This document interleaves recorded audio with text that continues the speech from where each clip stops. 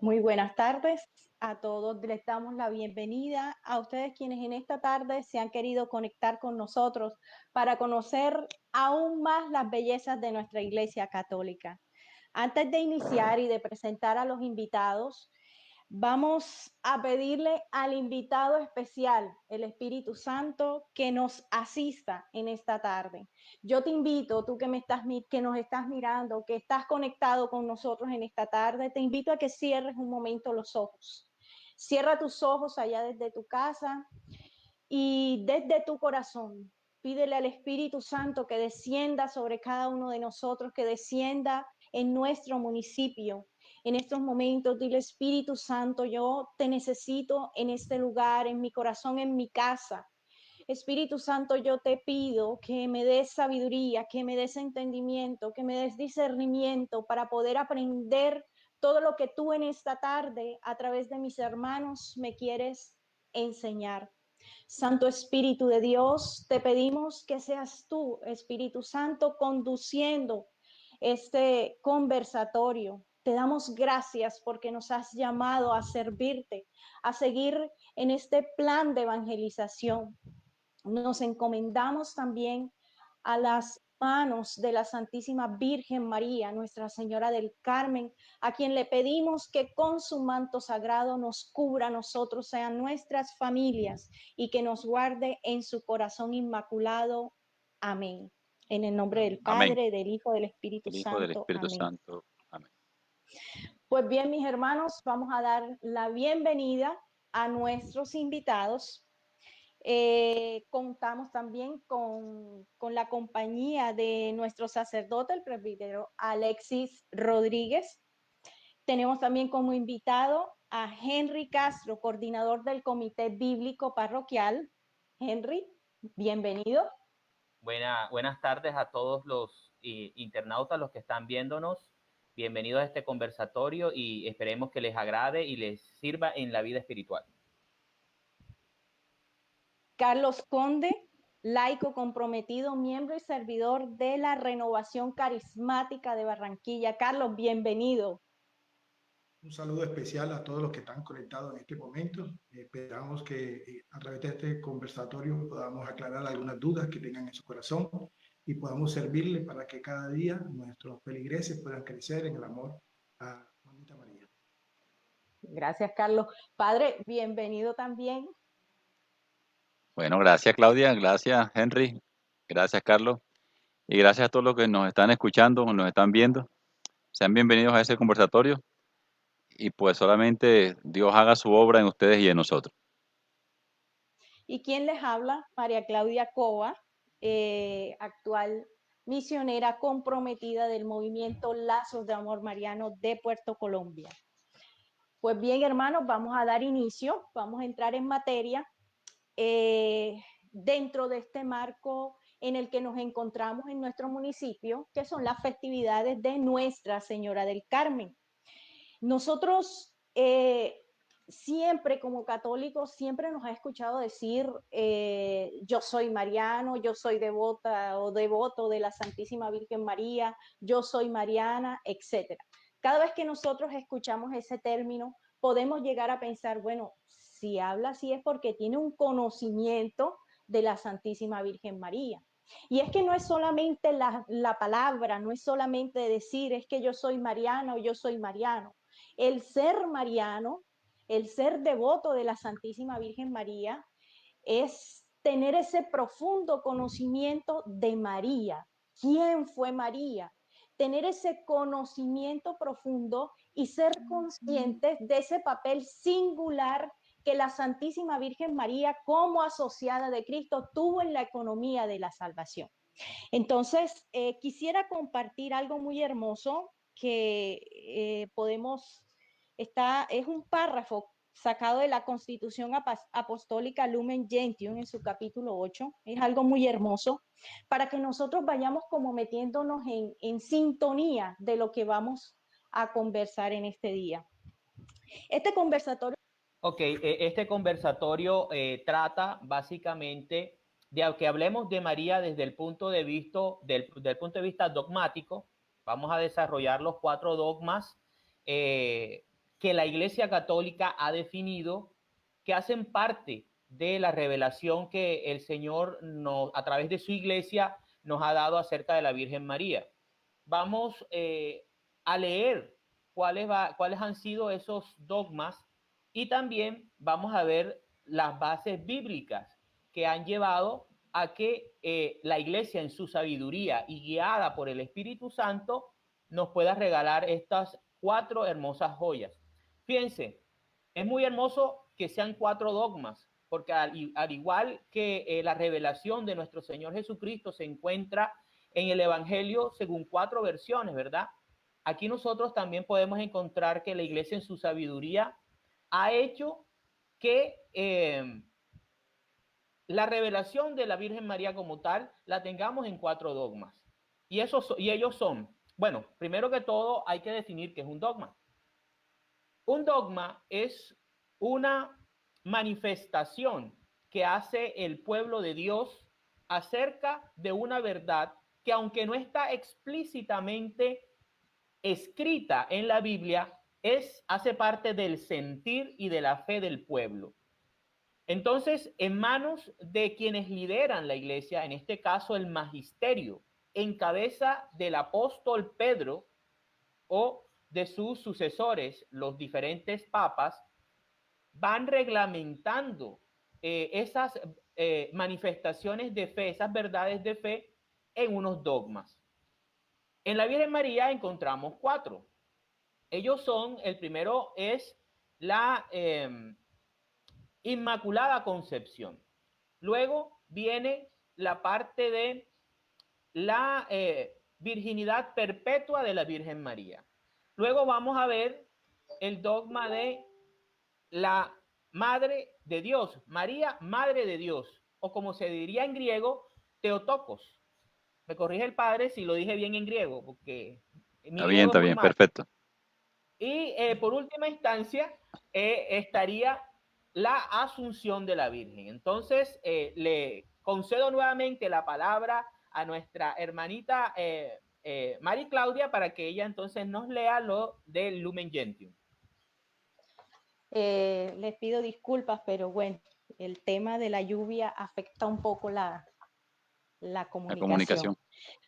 Bueno, les comentaba pues que antes de pasar a ese punto, les comentaba que vamos a la dinámica que vamos a hacer en el conversatorio va a ser dividida en dos. Por ejemplo, hoy vamos a hablar de la Virgen María, de la persona de María Santísima, para que la conozcamos más.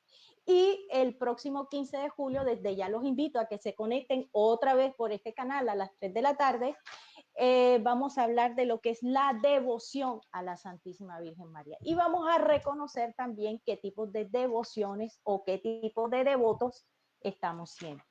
Bueno, continúo leyendo este extracto, este párrafo de la Constitución Apostólica Lumen Gentium en su capítulo 8. Dice así: así María, hija de Adán, al aceptar el mensaje divino, se convirtió en madre de Jesús y al abrazar de todo corazón y sin entorpecimiento de pecado alguno la voluntad salvífica de Dios, se consagró totalmente como esclava del Señor a la persona y a la obra de su Hijo, sirviendo con diligencia al misterio de la redención con él y bajo él, con la gracia de Dios omnipotente. Con razón, pues, piensan los santos padres que María no fue un instrumento puramente pasivo en las manos de Dios, sino que cooperó a la salvación de los hombres con fe y obediencia libre. Como dice San Irineo, obedeciendo se convirtió en causa de salvación para sí misma y para el género humano. Por eso, no pocos padres antiguos afirman gustosamente con él en su predicación que el nudo de la desobediencia de Eva fue desatado por la desobediencia de María, por la obediencia de María, que lo atado por la Virgen Eva en su incredulidad fue desatado por la Virgen María mediante su fe. Y comparándola con Eva, llaman a María Madre de los vivientes, afirmando aún con mayor frecuencia que la muerte vino con Eva, la vida por María. Entonces, mis hermanos, es importante que tengamos conciencia del papel singular que tiene nuestra Santísima Virgen María en la historia de nuestra salvación. Pero para conocer un poco de la Santísima Virgen María, digamos que empecemos por lo más básico. Cuando uno quiere conocer a una persona, dónde nació, cómo nació, sus papás, todo ese tipo de cosas. Invito a Henry que nos dé esa explicación de la persona de la Santísima Virgen. Bueno, gracias, Mari Claudia. Bueno, nosotros conocemos a María como María de Nazaret, ¿verdad? Según la tradición, ella fue concebida por dos personas santas, dos personas piadosas, conocidas como Joaquín y Ana. ¿Sí? Eso lo dice la tradición, no está escrito en la Biblia. ¿Ya? Hay un protoevangelio que se llama el protoevangelio de Santiago, que es un escrito que no hace parte del canon de la Biblia, ¿sí?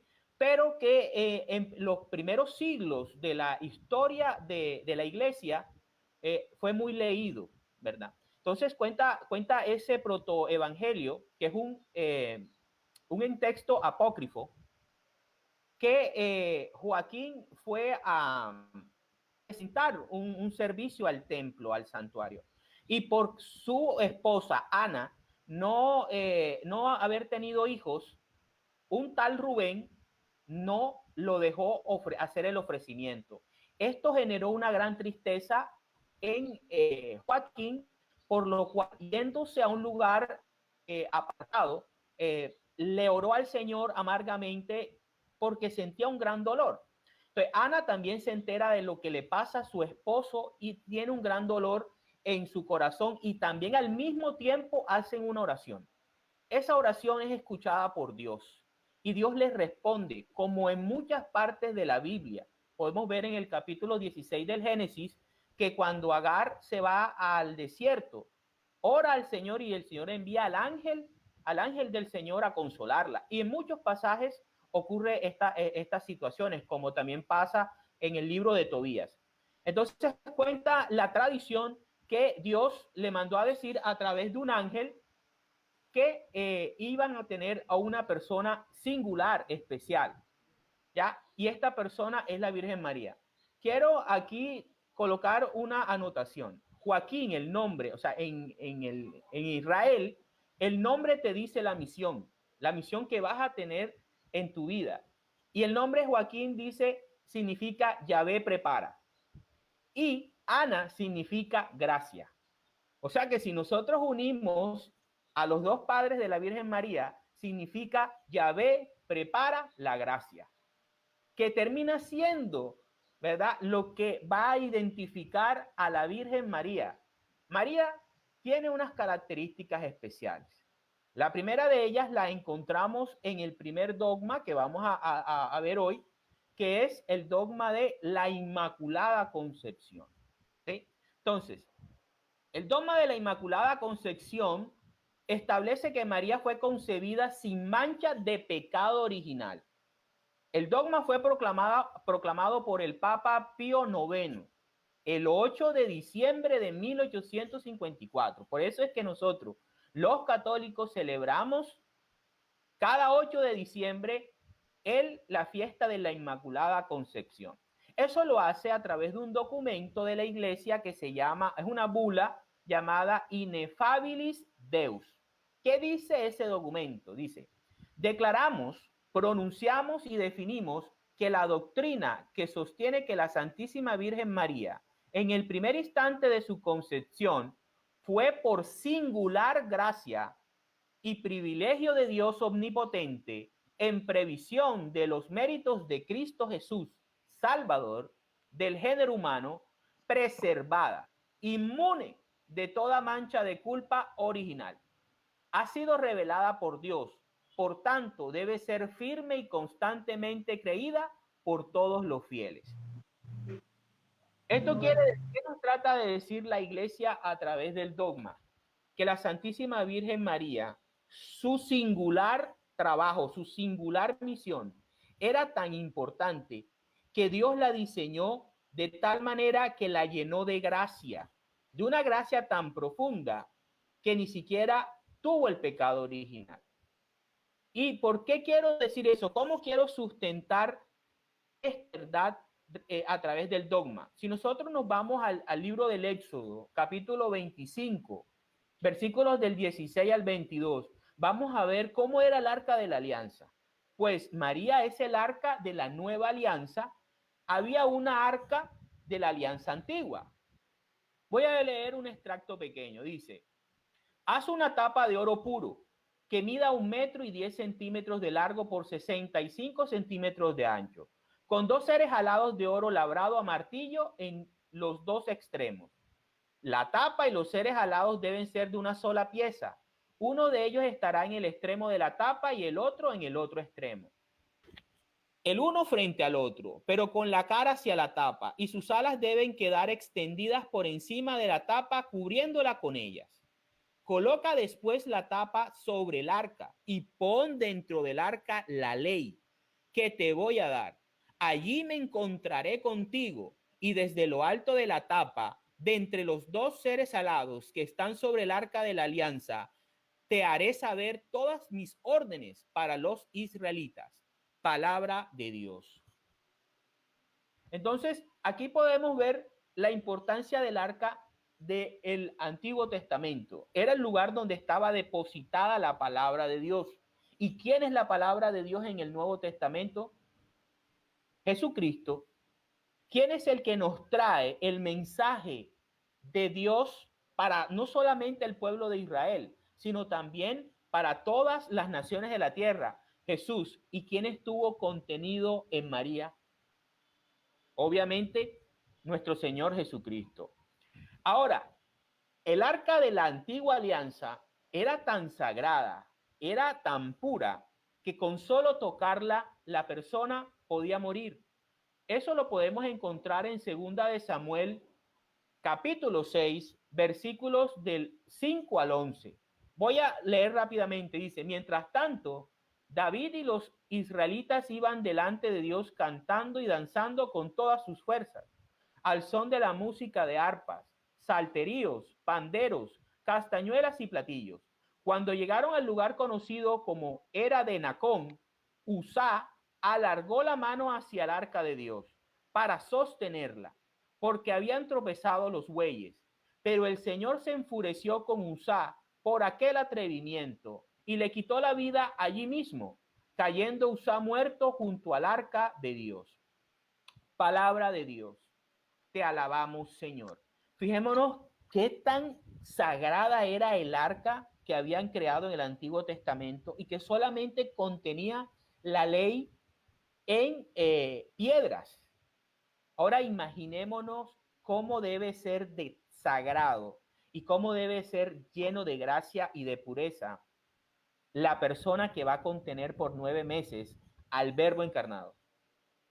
Dios es un Dios de orden. Dios es un Dios santo que no puede convivir con el pecado. Esa es la razón principal por la cual la Virgen María, Dios la creó singularmente sin pecado original. Y ahí la Iglesia entonces nos la define, como lo podemos ver en el Evangelio según San Lucas, capítulo 1, versículos 26 al 36, pero yo solamente voy a leer un extracto pequeño.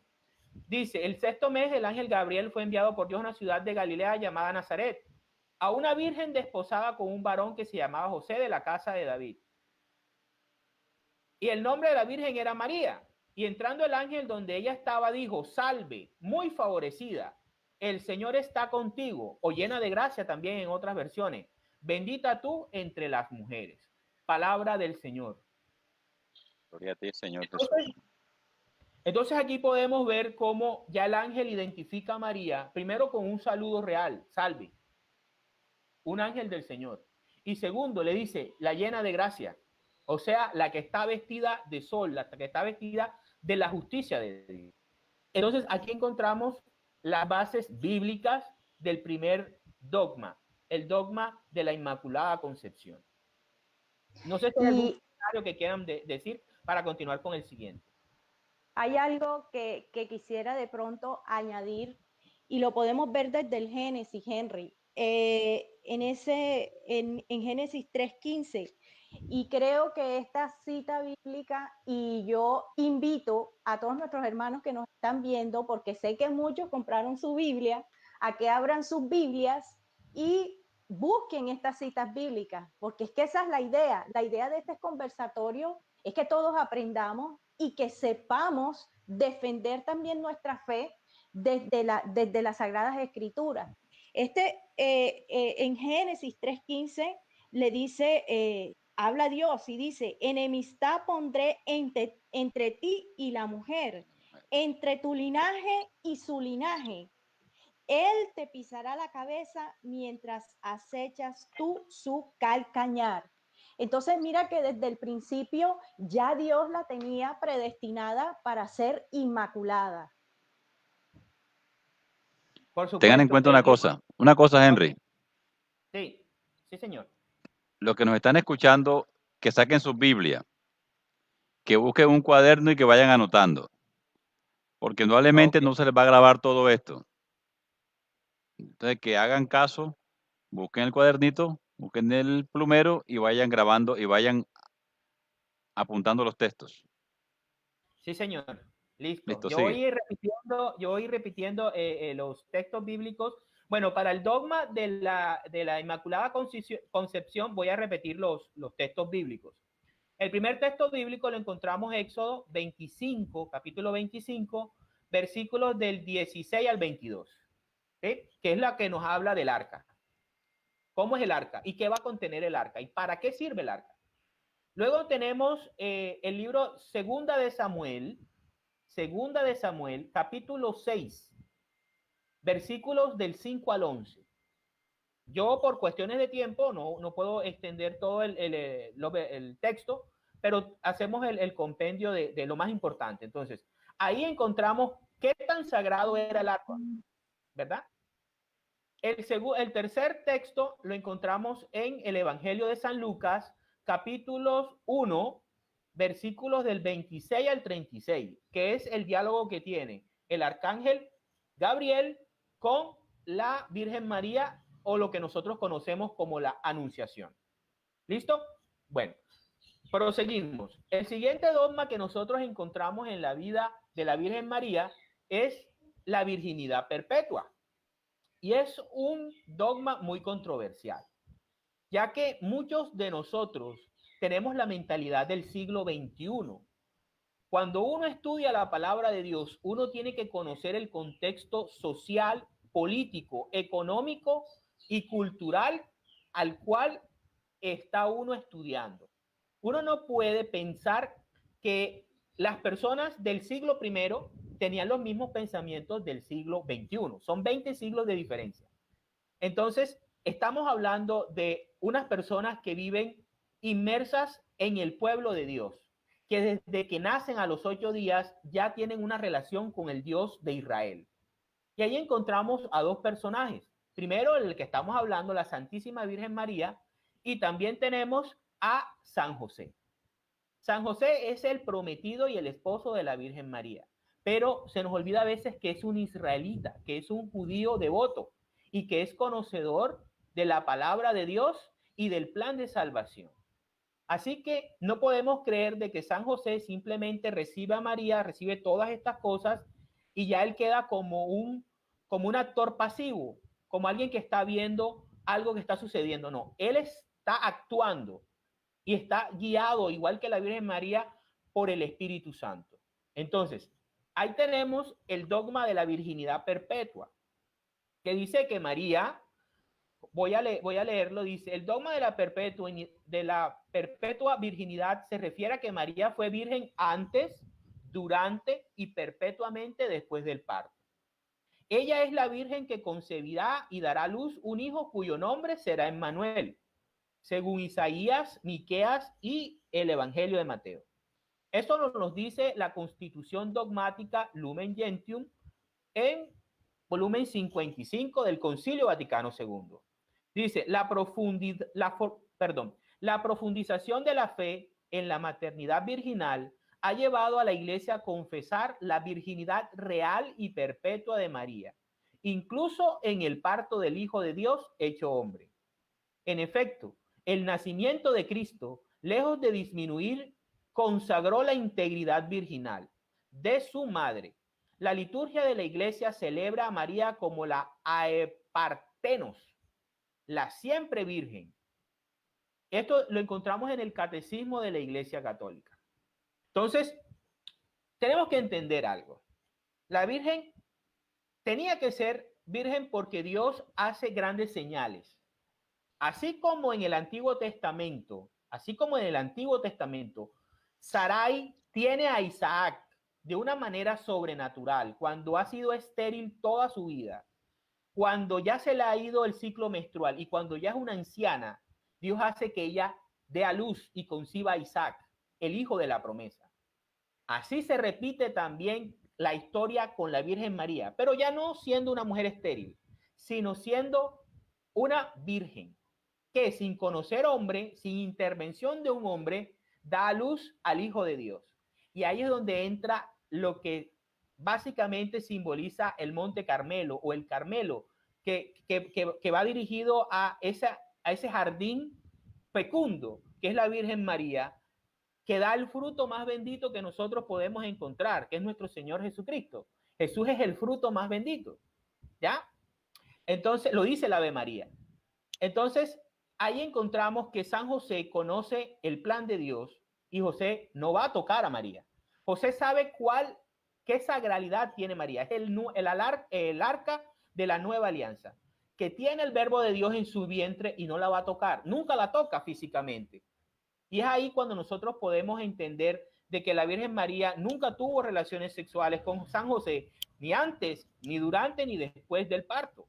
Ahora, ¿por qué se habla que durante el parto? Hay algo importante. María, al no tener el pecado original, María no tiene que tener las consecuencias que Dios le da a Eva, que iba a sufrir y que sus partos iban a ser traumáticos. ¿Recuerdan cuando en ese mismo capítulo 3 dice, y yo haré que tus dolores se multipliquen en el parto? Como María no tiene el pecado original, María, su concepción, o sea, parir a Jesús fue de una manera singular.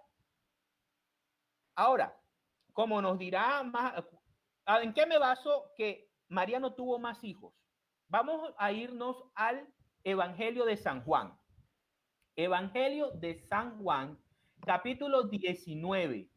Evangelio de San Juan, capítulo 19, versículos del 25 al 27. Todo lo que la Iglesia Católica tiene y promulga está en la Biblia. Lo que pasa es que tenemos que escudriñar y que tenemos que dejar que la misma palabra y el Espíritu Santo nos vaya guiando. Dice, junto a la cruz de Jesús estaban su madre y la hermana de su madre, María, esposa de Cleofás, y María Magdalena. Cuando Jesús vio a su madre y junto a ella al discípulo a quien él quería mucho, dijo a su madre, mujer, ahí tienes a tu hijo. Luego le dijo al discípulo, ahí tienes a tu madre. Desde entonces, ese discípulo la recibió en su casa. Palabra del Señor. Gloria a ti, Señor Jesús. Miren, por eso hay que conocer el contexto de la palabra de Dios. En Israel, una viuda que no tuviese o que no estuviese a cargo de un varón judío quedaba en la mendicidad. María ya había perdido a San José. San José había muerto hacía mucho tiempo. ¿Quién era el varón judío que estaba a cargo de María? Jesús de Nazaret. Jesús, su hijo. Al Jesús morir y ascender a los cielos, Físicamente, María queda en la tierra, pero quedaría desprotegida, quedaría la mendicidad en el pueblo de Israel. ¿Ustedes creen que Dios sería tan ingrato que después de que María fuera un personaje activo del plan de salvación, en la economía del plan de salvación, María fuera a quedar en la mendicidad? No, señor. Entonces Jesús, viéndola en la cruz, se la entrega a San Juan. ¿Ya? De todos los discípulos, al que él más confianza le tenía, al que más él quería, tanto así que después le da la revelación que nosotros conocemos como Apocalipsis. Le entrega a su madre y al entregársela a él, nos la entrega a toda la iglesia, a todos los bautizados. Entonces, si María hubiese tenido otros hijos, como muchas veces se dice, para atacar el dogma de la perpetua virginidad, ¿por qué Cristo en la cruz se la entrega a un discípulo? Porque Cristo sabía que ella iba a quedar en la mendicidad si no un varón judío no estaba a cargo. Por eso es que la palabra es muy clara y dice, se la llevó a su casa. A partir de ahí, se la llevó a su casa. Entonces, ahí podemos ver en la Biblia, no de manera explícita, que la Virgen no tuvo más hijos. Y por eso Jesús tuvo que recurrir a San Juan. Hay un punto también. Adelante, padre. Una cosita, ya van a ser las 4 y se va a acabar el conversatorio. Me gustaría escuchar la voz de Conde. Aunque estos dogmas son muy importantes, habría que reducirlos un poquito. Cuando la gente quiera más conocimiento al respecto de eso, ya le damos una cátedra. Pero ahora quiero escuchar a Conde, te quiero escuchar a ti, Mari, porque sé que la gente está inquieta en tantas cosas. Entonces, únicamente, Henry, vamos a enunciar el dogma. Lo enunciamos, los 4 dogmas que hay, luego los explicamos más ampliamente otro día, pero ahora Conde que diga uno, María Claudia que diga otro, pero así pasamos rápidamente, porque la gente ya empezó a preguntar. Por ejemplo, lánzame una pregunta allí. Listo, Conde, dime algo allí tú al respecto. Bueno, yo quisiera, de alguna manera, María Claudia y Henry han hecho una explicación teológica acerca de todo lo que tiene que ver los dogmas. Que empezamos por saber qué es un dogma, así como en Colombia tenemos una constitución que es la base sobre las cosas que debemos hacer y no debemos hacer. La iglesia tiene una constitución apostólica, una constitución dogmática que es la base de la fe de nuestra iglesia. Y un dogma, cuando es una verdad revelada a las 3 fuentes que tiene la iglesia, que son la palabra de Dios, la tradición de la iglesia y el magisterio de la iglesia. Cuando un dogma se da en un concilio, no se puede cambiar. Ningún papa, ninguno que venga después puede cambiarlo. Un dogma es una verdad revelada a la iglesia que no tiene discusión. Yo no puedo decir que soy católico si no estoy de acuerdo con un dogma. Los dogmas, la mayoría son milagros. Perdón, los dogmas, la mayoría son misterios. No los entendemos, pero nosotros los creemos porque el magisterio de la iglesia, revelación divina del Espíritu Santo, lo ha declarado dogma de la iglesia. Entonces, cuando hablamos de los dogmas de la Virgen María, los 4 dogmas, estamos hablando de algo que yo no puedo dudar, que yo no puedo decir, es que yo soy católico, pero yo no creo que María sea virgen después de. Yo no soy católico, pero yo no puedo creer que María sea la madre de Dios. Porque a veces los evangélicos nos meten cierto tipo de cosas en la cabeza y empezamos a dudar. Los dogmas son verdades reveladas por Dios a la iglesia a través del magisterio, de la palabra de Dios, de la tradición, que no tienen discusión. Primero que todo. Los otros 2 dogmas que nos quedan, después de los que explicó Henry, yo los voy a explicar de una manera un poquito más sencilla los otros 2, por tiempo, todo. El dogma de María, la Madre de Dios, ese es el primer dogma que la iglesia dicta, eso fue en el año 430, en el concilio de Éfeso. Había 2 corrientes, una corriente que decía que María era la madre de Jesús, pero no era la madre de Dios. Y otra corriente que decía, sí, Lucas en el 1:36 dice que será la madre del Hijo de Dios, por lo tanto, si Jesús es Dios, entonces María también es la madre de Dios. Y en el concilio quedó como un dogma de la iglesia que nosotros tenemos que creer que no solamente María es la madre de Jesús, sino que es la madre de Dios, no del Dios todopoderoso, que no tiene principio de fin, sino de Jesucristo, que también es Dios. Por lo tanto, María es la Teotocos, la madre de Jesús, la madre de Dios y madre nuestra. Eso es un dogma de la iglesia. Nosotros no podemos discutir eso. Nosotros no podemos ni ponerlo en duda. Eso quedó en la constitución dogmática de nuestra iglesia, fundamento de la fe de nuestra iglesia, y yo tengo que creer que María es la madre de Jesús, que la María es la madre de Dios y que María es madre nuestra. El otro dogma que faltaba es el dogma, la asunción de María. El texto, la tradición de la iglesia revela algunos, también hubo una especie de discusión acerca de si María murió o no murió. Algunos autores dicen que María dormitó. Desde el siglo VI se habla de la dormitación de María, que María quedó como dormida y vinieron ángeles y arcángeles, la subieron al cielo, que estuviera al lado de su Hijo Jesucristo rogando por nosotros. Otros dicen que murió, pero que no, su cuerpo no llegó a la corrupción, su cuerpo no, por decirlo así de un lenguaje vulgar, no se lo comieron los gusanos, sino que fue asunta a los cielos en cuerpo y alma. ¿Por qué la iglesia se basa en eso? Después de mucha reflexión, si su Hijo Jesucristo murió, pero no fue corrupto, su cuerpo no fue corrupto, tampoco su madre, que fue donde él estuvo, donde el lugar santo donde él estuvo, tampoco podía ser.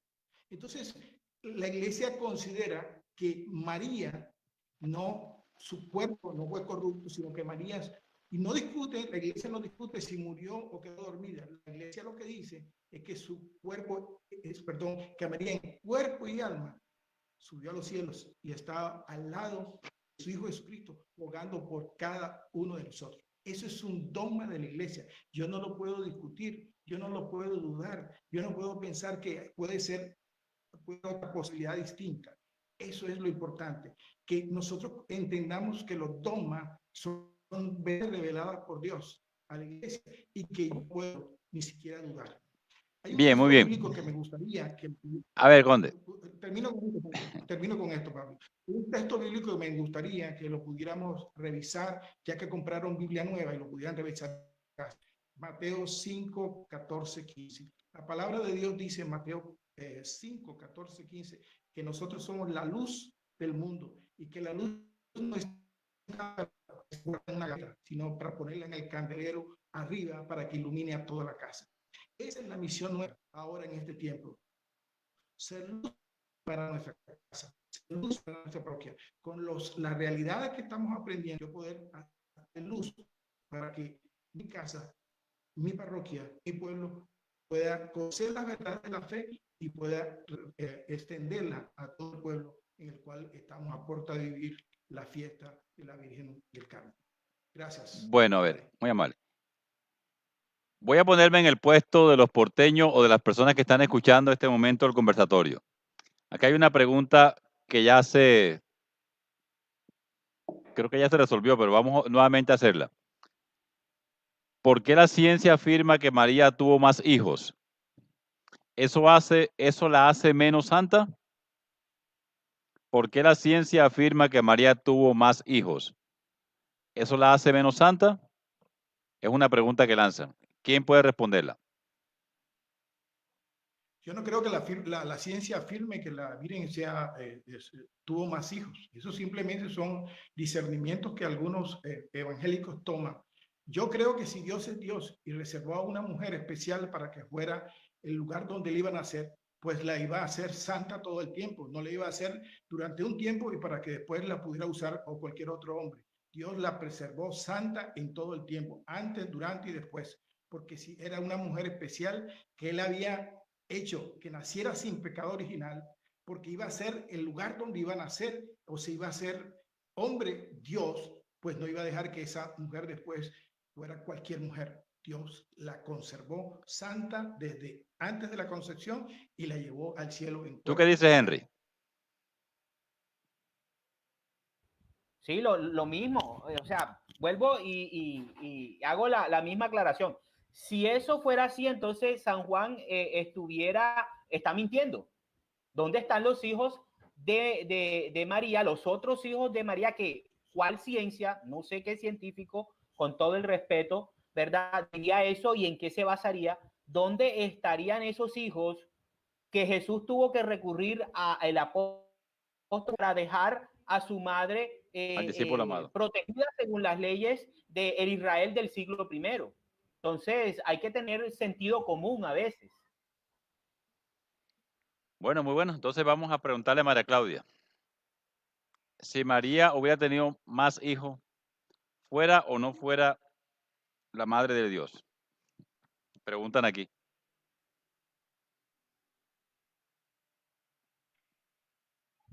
Lo que pasa es que para ser la madre de Dios, digamos que es una señal la virginidad. En Isaías 7:14, lo pueden encontrar en sus Biblias, en Isaías 7:14, esa es la Vayan señal apuntando. que Dice que manda el vayan Señor. apuntando la gente. Vayan apuntando. En Isaías 7:14, el Señor nos dice, o mejor dicho, a través del profeta Isaías, es la señal que nos da. Y la virgen o la doncella está encinta y tendrá un hijo y le pondrá por nombre Emmanuel. Un hijo, no dice tendrá muchos hijos.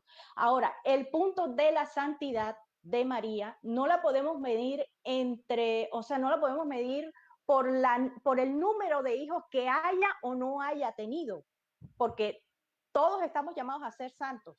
Lo que pasa es que la Santísima Virgen María, por la misión, digamos, la Virgen María es asociada en la misión salvífica, es asociada de Cristo en la misión salvífica de la humanidad. Entonces, para tener esa misión, obviamente tenía que tener unas gracias muy especiales que no cualquier mujer la puede tener. Y vuelvo otra vez al Génesis 3:15.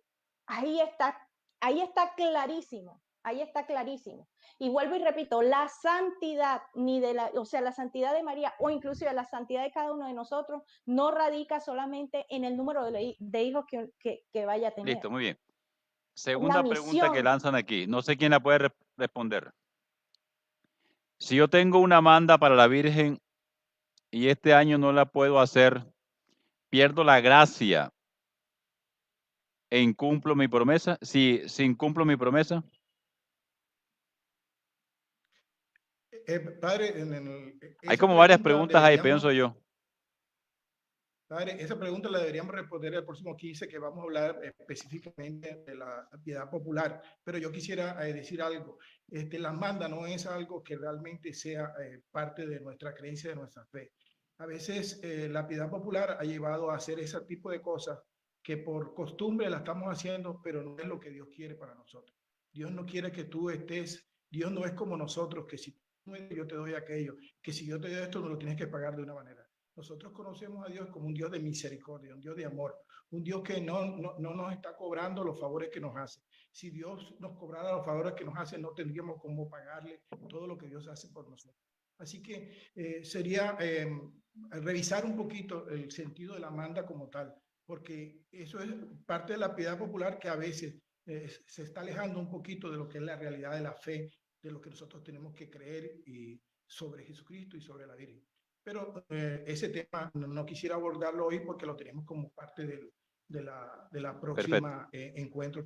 Bueno, muy bien. Son las 4:10. María Claudia, vamos a darle el cierre a esto para comenzar la novena y luego la Santa Eucaristía. Entonces, entre los 4 vamos a ir concluyendo. Bueno, para darle cierre el día de hoy, creo que hemos conocido un poco más de la Santísima Virgen María, de la persona de la Santísima Virgen María. No nos quedemos aquí solamente, no nos quedemos en esta hora porque realmente hay mucho tema y mucha tela por cortar. No seamos católicos light, seamos católicos de verdad, verdad. No nos quedemos con una fe de domingo, quedémonos con una fe robusta, no solamente la creencia, sino también el conocimiento. Fe y razón tienen que ir de la mano. Entonces, yo los invito a que nos conectemos nuevamente por este mismo canal a las 3 de la tarde el próximo 15 de julio. y sigan haciendo las preguntas. Aquí estaremos para responderlas. Perfecto, parece que me hubieras leído lo que te iba a leer. Estamos conectados en el espíritu. Bueno, Henry, cerremos este momento, o Conde, no sé de qué manera. Bueno, yo quisiera cerrarlo haciendo una pequeña oración. Padre de bondad y misericordia, te queremos alabar y bendecir en esta hora. Te damos gracias, Señor, por este momento, por este rato que pudimos compartir. Te pedimos, Señor, que tu Espíritu Santo grave en nuestros corazones, en nuestra mente, en todo nuestro ser, todo cuanto hemos aprendido. Y que esto que hemos aprendido hoy, por la acción del Espíritu Santo en nuestra vida, podamos hacerlo efectivo en nuestro diario vivir. Y que de esta misma manera podamos también transmitirlo a muchos de nuestros hermanos, para así cumplir esa misión que como bautizados tenemos, predicar el Evangelio a todo el mundo. Padre nuestro que estás en el cielo, santificado sea tu nombre, venga a nosotros tu reino, hágase tu voluntad en la tierra como en el cielo. Danos hoy nuestro pan de cada día, perdona nuestras ofensas, como también nosotros perdonamos a los que nos ofenden. No nos dejes caer en tentación y líbranos del mal. Amén. Dios te salve María, llena eres de gracia, el Señor es contigo. Bendita tú eres entre todas las mujeres y bendito sea el fruto de tu vientre Jesús. Santa María, Madre de Dios, ruega por nosotros pecadores, ahora y en la hora de nuestra muerte. Amén. Gloria al Padre, al Hijo y al Espíritu Santo, como era en el principio, siempre por los siglos de los siglos. Amén. Hay una pregunta que estaba volando en el aire. Entonces la van a lanzar desde acá del equipo de comunicaciones. Adelante. Diga, muchachos, adelante. Buenas tardes. María del Carmen Rueda Mesa pregunta, siendo María la madre de Jesús y siendo Jesús el mismo Dios, entonces, ¿por qué se dice que María nos salva, si en sus entrañas se engendró el mismo Dios? Pues entonces María debe tener parte en nuestro proceso salvífico y no solamente interceder. Bueno, Qué pregunta, ¿no? Muchas personas están hablando de María corredentora y eso todavía no es un dogma de la iglesia. Todavía no se ha dictado como dogma de la iglesia que María sea corredentora, aunque ya se cree que posiblemente algún papa posterior dicte ese quinto dogma de la Virgen María, María corredentora, pero en este momento todavía no es dogma de la iglesia. La iglesia ha estado en reflexión acerca de dictar o declarar a María corredentora. Por lo tanto, todavía nosotros creemos que María es la madre de Jesús, pero todavía no la podemos decir que sea corredentora. El único redentor es Jesús. Bueno, yo creo que las preguntas se nos agotaron en este momento. Entonces, cortamos este set y nos vemos el 15 de julio a las 3 de la tarde. Sean todos, pues, bienvenidos a la novena, a la Santa Eucaristía y a una oración que vamos a continuar hasta las 8 de la noche. Bendiciones. Nos vemos. Y gracias al panel ahí de los amigos. Dios lo bendiga, Padre. Adiós. Dios te bendiga. Adiós a Hasta todos. luego.